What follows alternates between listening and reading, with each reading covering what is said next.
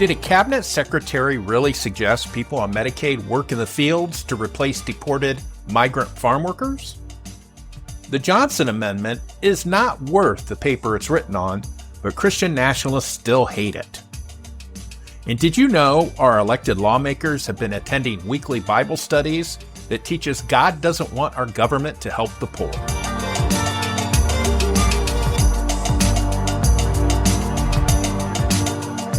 I'm Doug Berger, and this is Secular Left.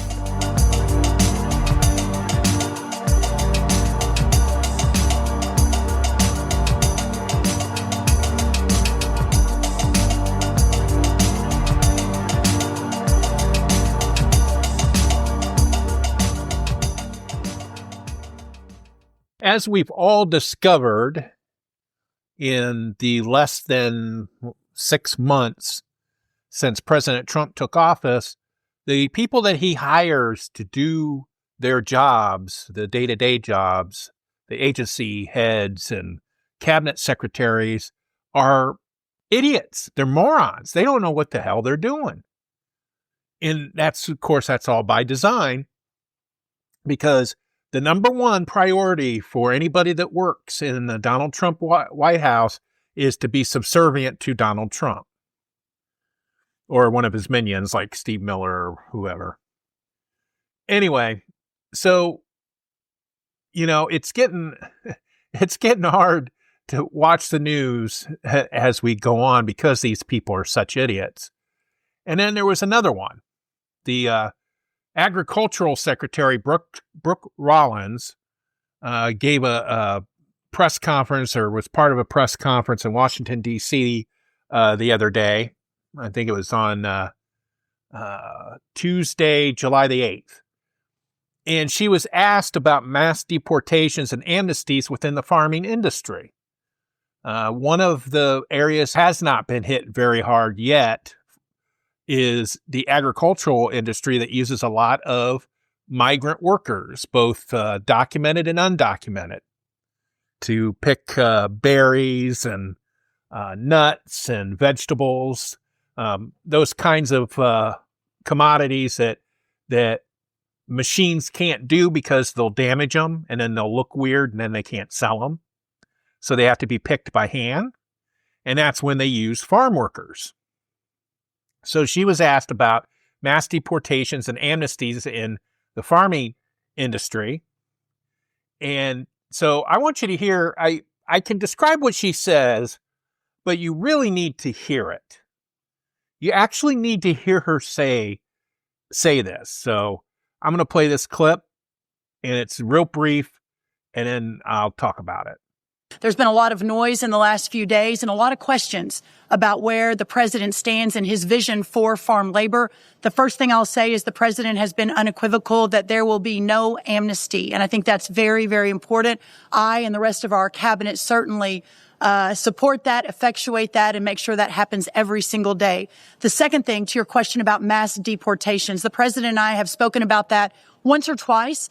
And he has always been of the mindset that at the end of the day, the promise to America to ensure that we have a 100% American workforce stands, but we must be strategic in how we are implementing the mass deportation so as not to compromise our food supply. Ultimately, the answer on this is automation, also some reform within the current governing structure. And then also, when you think about, there are 34 million able-bodied adults in our Medicaid program. There are plenty of workers in America, but we just have to make sure we're not compromising today, especially in the context of everything we're thinking about right now. So no amnesty under any circumstances. Mass deportations continue, but in a strategic and intentional way as we move our workforce toward more automation and toward a 100% American workforce. So obviously she is the agricultural secretary. She does not know how the agricultural system works in the United States. The stuff that has been automated has already been automated. They even have self-driving tractors now that operate by GPS. Seeding and weeding is also done by automation. Not necessarily in the mom and pop farms, but in the corporate farms. There was There's one automation to pick almonds. In California, they have this machine that shakes the tree vigorously, and then they're able to then scoop up the nuts that fall to the ground. But a lot of the things that get produced in the farm has to have farm labor to produce it. There is no easy way to automate that, or they would have done it already. These farmers, they don't want to use cheap labor because that's still money that they're spending. They don't want to spend the money on the labor, and especially they don't want to pay a living wage. It's people are complaining about food prices now, but if Brooke Rollins' plan goes to fruition and actually takes place, food prices are just going to go through the roof. And I'll tell you why. One is all these farmers having to buy automation equipment. They're not going to get any discounts. A tractor that's used in combine operations that pick corn, those tractors cost hundreds of thousands of dollars for one tractor. And then even smaller tractors that maybe are for smaller fields, they can cost anywhere from $10,000 to $30,000 for a tractor. They're not cheap. And so when she makes the comment about the Medicaid people, able-bodied Medicaid people working in the fields, she knows that can't happen because it's in the Constitution. You cannot force somebody to work against their will. So that means that they would have to pay them money. And you think the farmers don't want to pay the crappy wages to undocumented immigrant? They're definitely not going to want to pay the full price for an American doing that job because that American is going to demand a full living wage. The faster that they get in the fields, the faster you're going to hear union.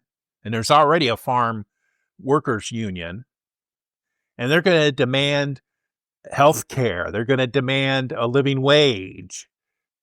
That's why farmers use undocumented people, because they can exploit them. They are not going to, even if they're supposedly Medicaid, people on Medicaid, they're not going to put up with it. They're not going to be exploited, because they're not going to they don't have the threat of getting kicked out of the country. Even all this talk about them saying they're getting rid of birthright citizenship. Most Americans know that they're not going to get thrown out of the country if they refuse to work in the farm fields. And a majority, 90% of the people on Medicaid are not able-bodied. They're either children, disabled, or they're elderly and disabled. Because that's what it's for. It's for the people that fall through the cracks for other social safety net issues. That's why they have Medicaid. And so this whole idea, and this is just crappy conservative thinking that they automatically assume that if you're on Medicaid, that you're gaming the system, that you're committing fraud. If you can stand up and you can walk and talk, you can work. And that's bullcrap, because some people have disabilities that aren't readily visible. You could have a heart condition where you can't work because you'll have a heart attack and die. Or you might have mental issues, and that's what these people don't realize. And they just make this shit up. And they talk about 100% American workforce. They are never going to get 100% American workforce if what they want to pay is slave wages to undocumented workers. They're just never going to do it. But I wanted to play that clip because I heard about it. Somebody had passed it on to me, and I did not believe that a cabinet secretary in the United States government said something stupid like that. And there's your proof. But that's par for the course for this administration. They don't know what they're doing. The people that are in charge are reality TV stars, Fox commentators. They have no business being in government and trying to control the government. because, again, they have no idea what they're doing. For more information about any of the topics covered in this episode, check out our show notes at secularleft.us.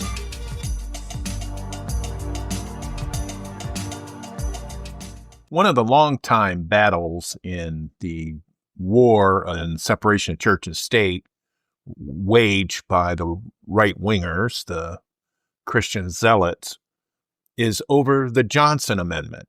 And for those that are not familiar, the Johnson Amendment is part of the IRS tax code governing 501(c) charities.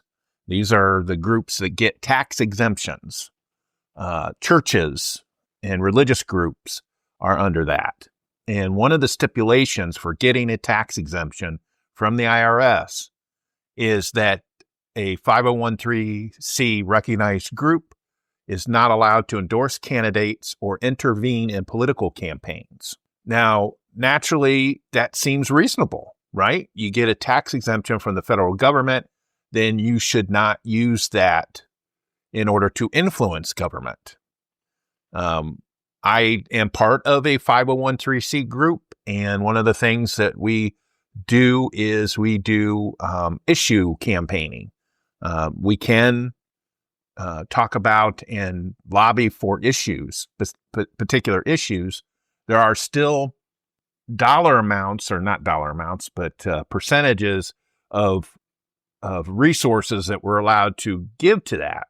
So our group can't, let's say, do voter right campaign 90% of the time, because then we would run afoul of the Johnson Amendment. Now, what some of these right-wing Christian nationalist groups want to do away with, they want to do away with it so that they can endorse candidates and launder campaign contributions through churches so they'll be tax deductible. It's obviously that's what they want to do. And they make a First Amendment claim that it is violating the free speech, the pastor's free speech. And back when President Obama was in office, they did a number over several years called Pulpit Freedom Sundays, where some pastors, some evangelical pastors, would actually violate the Johnson Amendment and report themselves to the IRS in order to create a case that would go to a court so that they get the Supreme Court to overturn that part of the tax code. Of course, the problem was that the Johnson Amendment has not been enforced in decades. The last major time that it was enforced was against Bob Jones University back in the 70s, I think it was, when they refused, they had policies of their university that discriminated against African Americans, and they lost their tax exemption. And then there's been off and on cases that have never been resolved.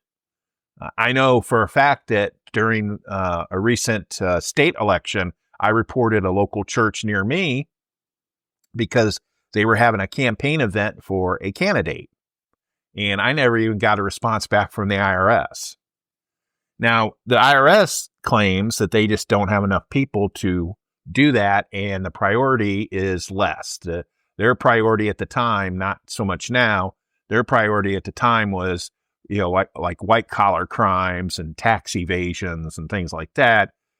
Churches violating the Johnson Amendment was low on the totem pole, so they were trying to balance their resources. Of course, they had also, they got in trouble for going after conservative groups and either slow rolling or delaying their tax exemptions because of the concern for domestic terrorism. And they got a lot of backlash. I think that might have been at the end of Obama's term. And so they backed off going after conservative groups. And so that's the thing, the groups that I follow, like Americans United and American Humanist Association, they came out with these statements recently about the Johnson Amendment.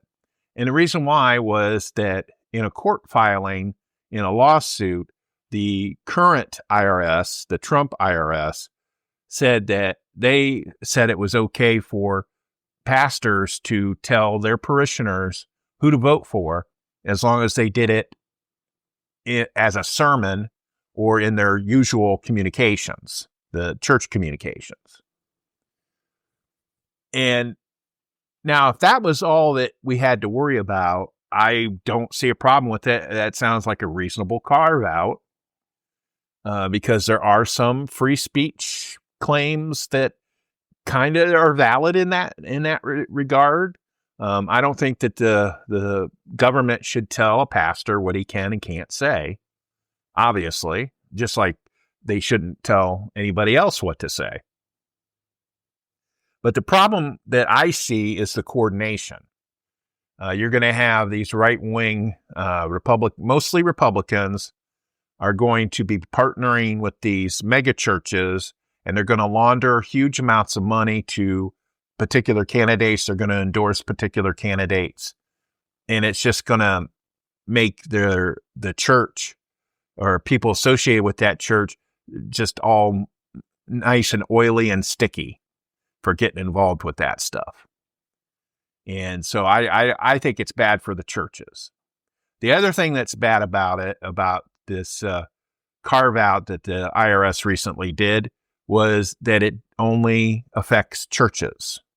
It does not carry over to all 501(c) groups. See, the Johnson Amendment applied to all 501(c) groups. And churches now have a carve out. Now, the reason why that is also a problem, besides laundering the huge amounts of money through a church, is the churches are not required to report anything to the IRS. My group, we have to file a 990 every year that goes into details who our contributors were, where the money went, how we spent the money, etc. Churches are not required to do that. In fact, that is one of the things. And also, churches automatically become tax exempt. As soon as they incorporate as a church, they are automatically tax exempt according to the IRS. Other 501(c) groups, we have to apply and pay several $100s, and the process takes several months or even years to complete. So it's highly unfair that these pastors and preachers and ministers can get the tax exemption and endorse candidates, and the rest of us cannot. That is where it's unfair. I think if you're going to have a rule, you either enforce it or you get rid of it completely. And the right has tried to get rid of it for many years, and now it's possibly going to happen this time that they're actually going to be able to get rid of it. Hello, this is Doug, host of Secular Left, reminding you that I like to be validated. If you like this podcast and want to thank me, feel free to buy me a coffee. Go to buymeacoffee.com/secularleft and donate some cash to help make this a better show and validate me as a person. You'll feel better in the morning. If you are a regular listener to this podcast, and if you are, thank you very much. Or if you're kind of familiar or with a passing familiarity with the content that I do here, you know that I've been talking about Christian nationalism and the violations of separation of church and state that we see going on all the time. And one of the things that I am very much opposed to is enacting public policy and laws based on the Bible or religious thinking. I'm always the one that public policy and laws should be based on rational data, rational reasons for doing so, where you are hurting the least amount of people and helping the most amount of people. I don't believe in punishing people who are struggling. Unfortunately, the U.S. Congress, which is dominated, or at least a majority of Republicans, passed the President Trump's tax cuts, which in order to pay for them, they are cutting Medicaid and food stamps and environmental stuff and a whole host of other social justice priorities they are cutting in order to give people with the least amount to lose tax cuts. Now, I don't need to go into an economic discussion about this.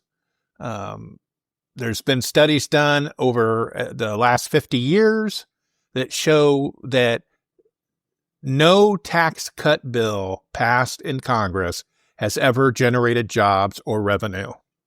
There is no trickle down when you start cutting the social safety net. In fact, you just make people worse off, which means they're more of a burden on society. So I'm not going to talk about the economics of it because that's just pretty obvious. But what I am going to do is I want to talk to you about a person who has the ear of many top Republicans in the Congress and in the White House. His name is Pastor Ralph Drollinger. He is the founder and leader of Capitol Ministries, Capitol. So it's like the U.S. Capitol. And what he provides, the service that he provides, are Bible study classes for Congress people, senators, cabinet members, agency heads, and he performs them regularly. And so he did a Bible study, where basically the title of the study guide was God's Design for a Societal Safety Net. And Pastor Drollinger took it upon himself to teach to the senators, because this, what I'm going to talk about is the Bible class that he gave for senators, that God opposes government helping the poor. And so I know some of my more liberal people, liberal Christians, people with more liberal religious beliefs will be gobsmacked about that. And so basically what it is there's a study guide called God's Design for a Societal Safety Net. And in it, he says, in the study, The Rich and the Poor, I touched on God's design for a societal safety net as it pertains to how to best help the poor. In doing so, under the point in the outline, I referenced this study and what follows, which is more biblically in-depth treatment of the subject. And then he goes on to suggest seven, well, actually the count is seven New Testament passages regarding the construction of a societal safety net. And I'm sure you'll be surprised to know that government is not involved in any of this. And so he just starts spouting out. Now, the first thing I want, I'm reading this study guide. I am an atheist. I've had some Bible, not training, but, I used to be religious. I used to go to church. I used to read the Bible. I don't do any of that now. But I think I still have more of a idea about the Bible than this guy does, and he's a pastor. Because they're using it to manipulate the government. And when you use the religion to manipulate the government, you're violating the separation of church and state. And especially you're being a hypocrite because you're lying about it. So he starts out in the very beginning, he says, a caveat is in order before plunging into the following passages that serve to inform us regarding the mind of God on this matter. It is important to approach this discussion only through the lens of the New Testament, because God has clearly separated the institution of civil government from any and all sacerdotal responsibilities in the time in which we live, per the clear instruction of Jesus in Matthew 22:21. Such was not the case with the Old Testament. This is a critical distinction to make, since many liberal theologians who are pro-government entitlement programs use the Old Testament as the proof text. Well, Pastor Drollinger is wrong, according to the consensus of biblical scholars. And so he states that the New Testament doesn't require government to help the poor, and the Old Testament does, but they can be ignored. And like I said, the biblical consensus is that neither point is true. The Bible does call for helping the poor and also calls to obedience to the government, which Reverend Pastor Drollinger kind of oversteps. And so what is the pastor's agenda? Well, basically, it's the old standby conservative politicians look that the government should not be helping the poor, and they have a hierarchical order of God's societal safety net. Number one, the meeting of one's own needs. That means personal responsibility. Number two, the institution of the family. That means if you need help, your family should help you. Number three, the institution of marriage, which means that you should be married and your spouse will help you. And then finally, the catch-all at the end, if all those fall through, is the church. And this is just standard conservative political rhetoric that you should help yourself. You shouldn't be dependent on the government. The government shouldn't help you. Your family should help you. And then if not, then the church. And then the problem with that is that the reason why we have many of our societal safety nets, for example, Social Security, is because there was not any infrastructure to help people who were struggling before the 1930s. Because you were expected to help yourself or have your family help you, or if not, then the church or some other charity. And that was breaking down. One of the impetuses of creating Social Security back in the 1930s was how bad the Depression was for elderly people who had no families. They were basically living in shacks. They weren't able to work. They might have had disabilities, health issues, and many of them died because they had no help. And people thought, we should use some tax dollars and put together a program and at least give these people money to basically live so that they can be on their own. And we know that they're going to get healthy. They're going to take care of their health, and they're going to be able to eat and hopefully live in a decent place. The same with Medicare. That's why Medicare was created, so that people, particularly elderly people and the disabled, could get help that wasn't provided for in the community. The community has limited resources. Okay, think of it. This is how I explain it to some people sometimes. Is that think of the federal government as, let's say, Kroger's, and think of your community as mom and pop store. Now, the reason why some place like Kroger or Walmart or any of those other large grocery stores can provide the selection that they do for the price that they do is because they're able to purchase in bulk. They have the resources to do that. Mom and pop store has trouble competing against some place like Kroger because they're not able to get those economies of scale, is what they call it.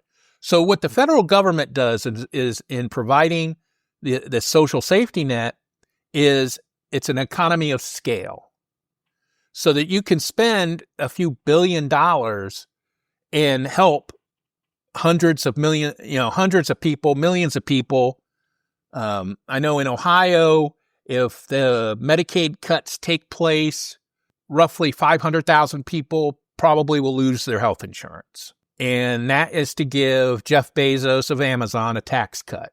He's one of the richest men in the world, and he needs a tax cut when he hasn't been paying his fair share of taxes anyway. So that's why it's better for the government to provide charity than it is to depend on the community because of that economy of scale. I know they don't do it today, but when I was a kid, we were on public assistance. My family's on public assistance. And one of the things that the government provided was government cheese. And they also provided government peanut butter and honey. I think honey was another one, and dried milk. And basically these were commodities that the government purchased from farmers to subsidize the farmers because their prices were tanking at the time. And they would buy up this product to raise the prices and give the farmers a better income. Then they would transfer these commodities to states and local food banks and welfare offices to distribute to people.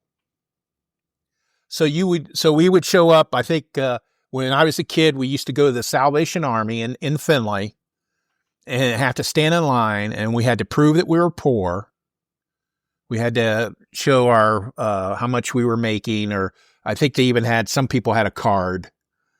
And then they would give us a block of cheese, 5 pounds of cheese, and dried milk and honey and anything else that they had. And they would do this for everybody.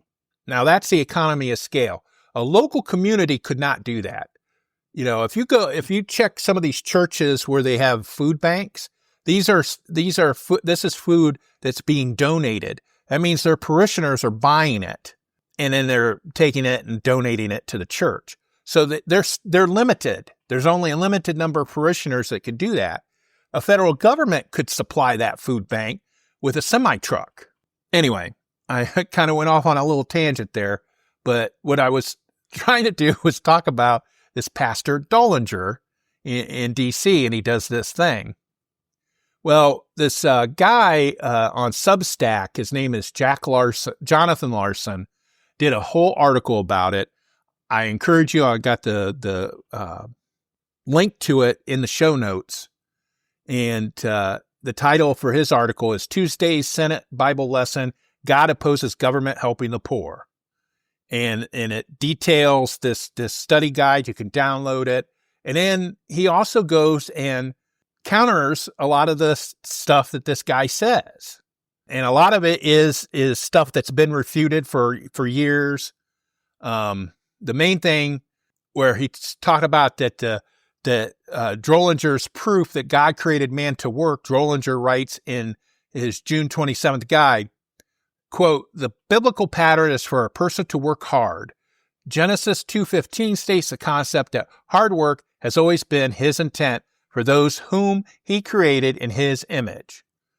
Then the Lord took the man and put him into the Garden of Eden to cultivate it and keep it. This verse shares God's original design for man. God wants him to be responsible for cultivating and keeping or maintaining the earth. Now, you could take that and interpret it to mean for environmental support, to taking care of environmental concerns. But in a video earlier this month, Drollinger said that when it's environmental concerns, then it's no longer humanity's job. Like, God's really not in charge of the environment, and we have to do that for him. So basically, Jonathan Larson points out how hypocritical these religious extremists can be is they cherry pick Bible verses that prove their point.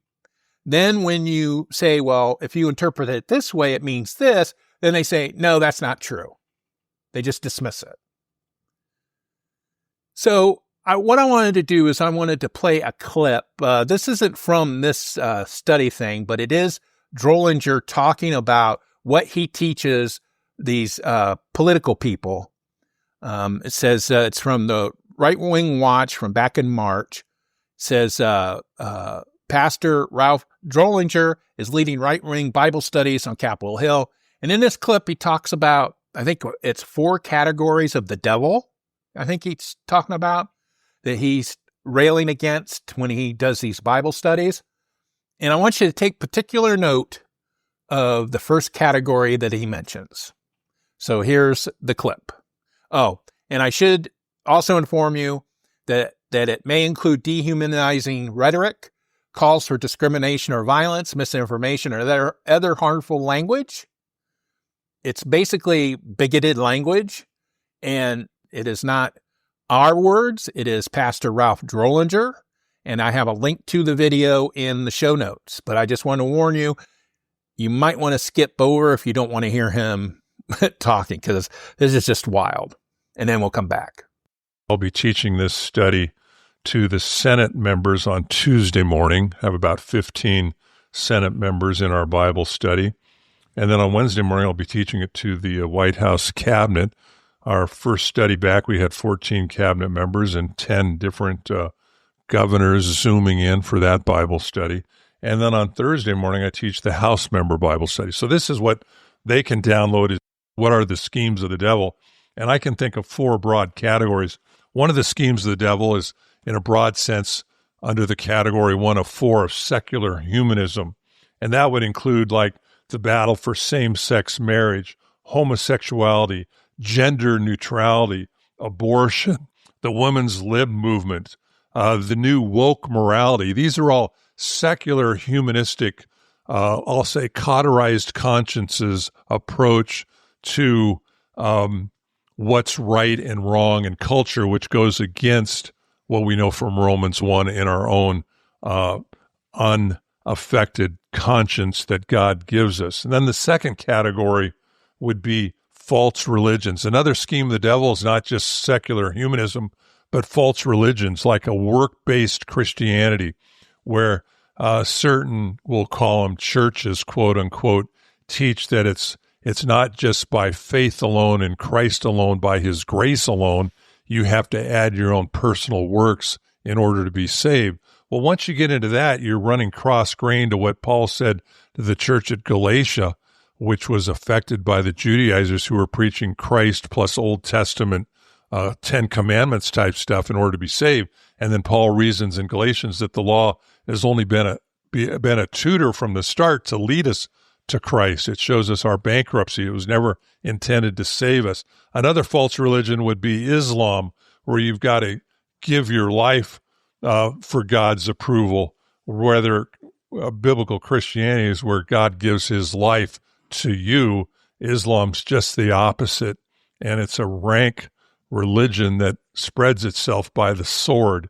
And then there's liberal Christianity, which isn't Christianity whatsoever, but it's the social gospelers who say, and they wear the same name on their shirt sleeve, this is one of Satan's schemes, but people who hold to a social gospel theological liberalism are not Christians whatsoever, but they'll come across like they are. But when you start examining their bibliology or any other doctrine of Scripture, you can see that it's contrary to what the Bible teaches. And then the third major category would be political ideologies, and we've already talked a little about that. There's political parties that will tie themselves to certain ideologies that are not tethered to Scripture. And so that's a scheme of the devil, is to empower political parties to promulgate political thought or political solutions that are contrary to Scripture, which lead a culture to bankruptcy. So if you didn't skip over it, or maybe if you did skip over what he was talking about, as he notes, in the first category of the devil, it's secular humanism. And he talks about because we support same-sex marriage, he says homosexual rights. Well, it's LGBT rights, gender identity, and woke stuff. And so, and that's old. That's like from the 80s. This guy went to Bible school in the 80s. He played professional basketball, believe it or not, for one season in 1980. And then he went to Bible school. So he's learning this 1980s version of secular humanism.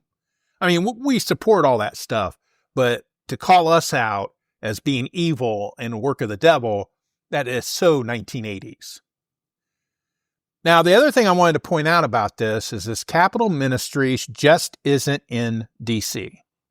Of course not, because a lot of these extremists, they like to percolate through the country and through the world. On their website, they proudly proclaim that they have Bible studies in almost all of the state capitals in the United States. And I did look it up, and yes, they do have one in Ohio, down in Columbus. It's run by 2 pastors, and basically they get free reign to the state house to have these Bible studies. Yeah, they're the pastors that are leading the Bible studies in Ohio is Pastor Brian Hansen and Pastor Brian Solomon. Now, the interesting thing is this was founded, the ministry in Columbus was founded in 2016, and our good buddy, the Reverend Gary Click, wrote a very nice thank you to them that they feature on their website. And so he says, even though I'm a pastor, sometimes I like to be fed, even though I should be feeding other people, whatever that means. I don't know what, that's how these people talk. But the interesting note, too, is they had a thing from back in May. Brian Solomon had a brain bleed, and he ended up in the hospital, and they had to perform surgery on him. But, of course, they kind of sugarcoat that part of it, and they talk about how everybody prayed for him and that worked. So it's good. I don't like to see people get hurt, but it's just interesting that happened to him. And so, like I said, this capital ministry, they're pretty much in every state except for Michigan. Michigan hasn't had one yet. Massachusetts doesn't. New Jersey doesn't. And ironically, Kentucky or Tennessee does not. And we know why Utah doesn't, because that's run by the Mormons. But it's just interesting that Kentucky and Tennessee does not have one. Wonder what that's about. Anyway, so I just wanted to talk about this and explain, how this works, how these religious extremists work, and how they misinform and try to justify hurting people, especially struggling people that need the help.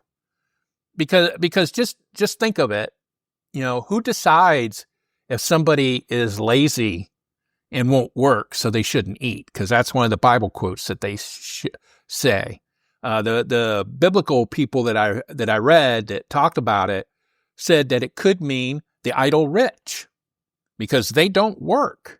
And that's how that works. But, most of these pastors, they just turn it around and ignore that interpretation. And that's all it is. The Bible is always open to interpretation. It was written by people over a millennia or a couple millennias in different languages and different agendas and things like that. So, they claim it's the Word of God until you interpret it the way they don't like it, and then they say that you are getting it wrong. So I just wanted to point that out and keep an eye out for this Capital Ministries, and I'll keep an eye out for it too. Thank you for listening to this episode. You can check out more information, including links to sources used, in our show notes on our website at secularleft.us. Secular Left is hosted, written, and produced by Doug Berger, and he is solely responsible for the content. Send us your comments, either using the contact form on the website or by sending us a note at comments@secularleft.us. Our theme music is Dank and Nasty, composed using Amplify Studio. See you next time.